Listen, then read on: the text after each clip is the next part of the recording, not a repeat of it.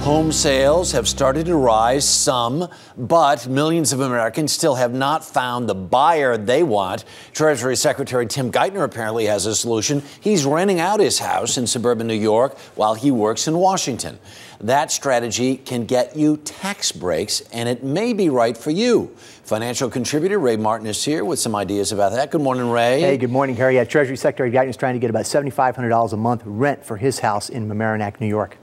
Big rent. That's big rent, which he's in that big rent category right there. A lot of people not in that higher category, and they're sitting there. They're seeing this bubbling of the housing market starting to not exactly getting momentum yet, but they're still not ready to sell because they're not seeing their price. Yeah, home sales have improved for existing homes the last 4 months in a row, but there's still about 4 million unsold homes in the country right now. And for folks that have had to relocate for training or a job, their employer shut down their location, they have to move across country to another to keep a job in this tight job market, selling the home you own that you can't sell, don't try to sell it in a down market where there are a lot of foreclosed properties. It's trying to sell it, it's not a good idea. Instead, try renting it, may be the better option. There's some good breaks. What are the big disadvantages? Before we go into the breaks, what are the big disadvantages? Well, the big disadvantage here is you're going to be your own landlord, and that comes with a lot of hassle with trying to market it, then find a tenant, negotiate a lease. And when folks live in your home, they're not going to treat it like their home necessarily, so they may excess wear and tear. You might even have things that go on that don't get repaired, so you may have excess damage to your property. And lastly, if you rent your home for too long, for several years or more, you may lose the tax break when you eventually sell it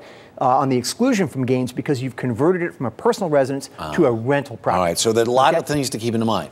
These are a lot of the downsides. What's the big upside? Well, the big upside here is you're going to get some rental income that may cover your expenses, but also you can hold on to your home for a better offer down the road. When the real estate market's depressed right now, don't sell it now. Wait a year or two, and you may get much more for your home there. The rent covers expenses, and there are some great tax breaks here, Harry, that folks really need to know about when they rent their home. Please tell us about the tax breaks, because I don't think a lot of people know about this. Okay, well, the first is, your rental income that you receive is taxable, but you can write off against it your mortgage interest, your property insurance, your property taxes. You can write off maintenance and repairs. You can write off cleaning and services, costs to maintain your lawn, for irrigation system. You can write off your travel and local transportation expenses to travel to the property, to maintain it and collect rent. You can also write off depreciation of the home each year. And if your expenses exceed your rental income, you can write off up to $25,000 in excess expenses against any other income, including your salary, as long as your adjusted gross income is less than $150,000. Is there an easy template for this out there? I mean, if somebody were thinking about doing this, where would you go